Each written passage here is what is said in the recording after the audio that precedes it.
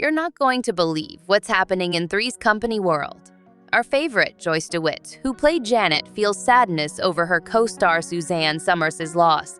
Let's take a behind-the-scenes look at the show to see why Joyce is so upset about losing her close friends. 76-year-old Suzanne Somers, who was well known for her parts in hit TV series like Three's Company and Step by Step, in addition to her work as an author and health and fitness advocate, passed suddenly on Sunday in her Palm Springs, California, home. Her longtime spokesperson reports that Suzanne Somers died quietly in the early hours of October 15.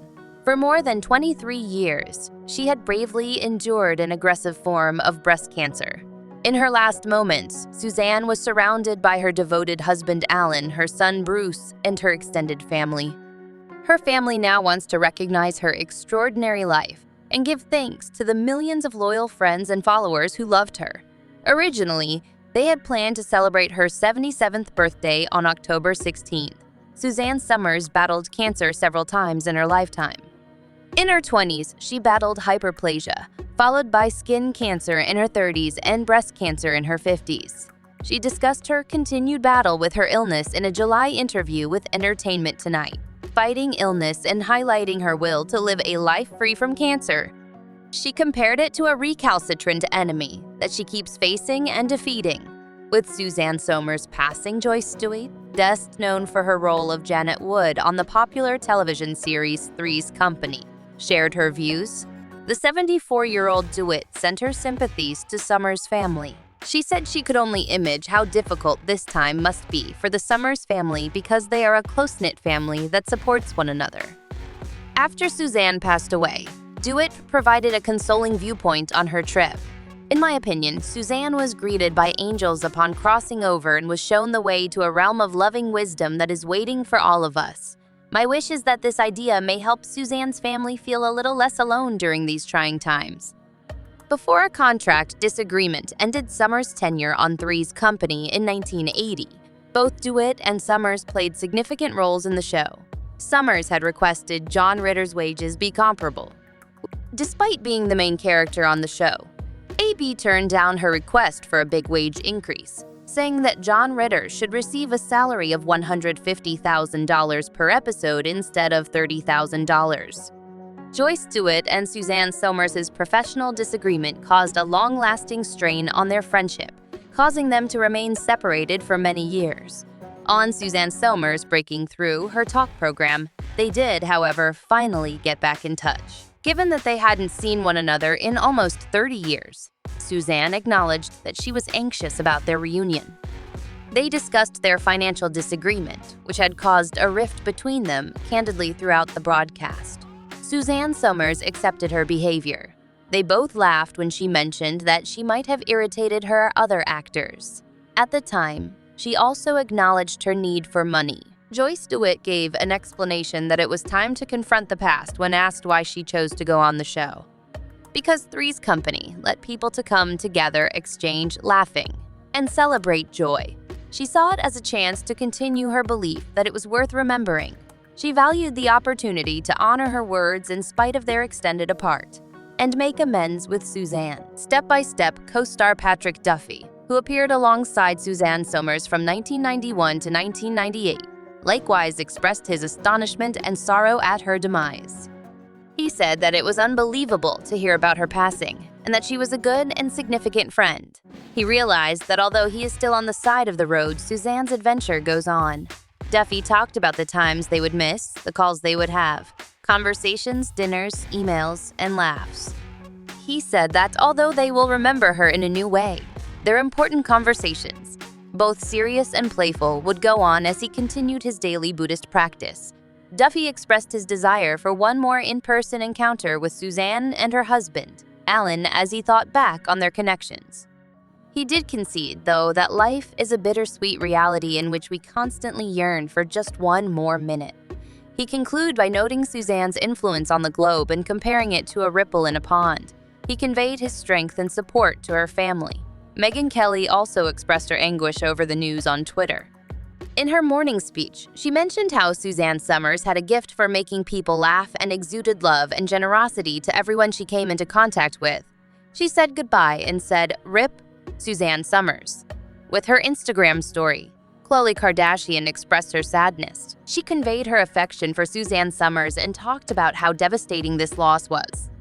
She wished for Suzanne to rest, dance, and smile in paradise as she recalled her kind and loving outlook on life and her kind disposition. In response to the awful news, Goldie Hawn also expressed her sadness on Instagram, writing that Suzanne Somers' departure was very sad. Stephanie Frankel, a former reality TV star, showed her shock by only stating, "Oh no." The official Watch What Happens Live Twitter account honored Suzanne Somers as well, praising both her joyful visits on the show and her legendary performance in Three's Company. They talked on how much she brightened their lives and would be missed. After hailing Suzanne Somers as an incredible human being and a great legend, radio presenter Adam Carolla expressed his profound regret about her demise. He said that many people would miss her a lot. Morgan Fairchild also conveyed her profound sorrow over Suzanne Somers' passing. During her own health struggles, especially after learning she had black mold, she referred to Suzanne as a friend who had supported her. Fairchild recalled those moments when they would lean close and mutter, "We're survivors." Sandra Lee recalled Suzanne as a nice, giving, entertaining, and humorous individual via her Instagram account.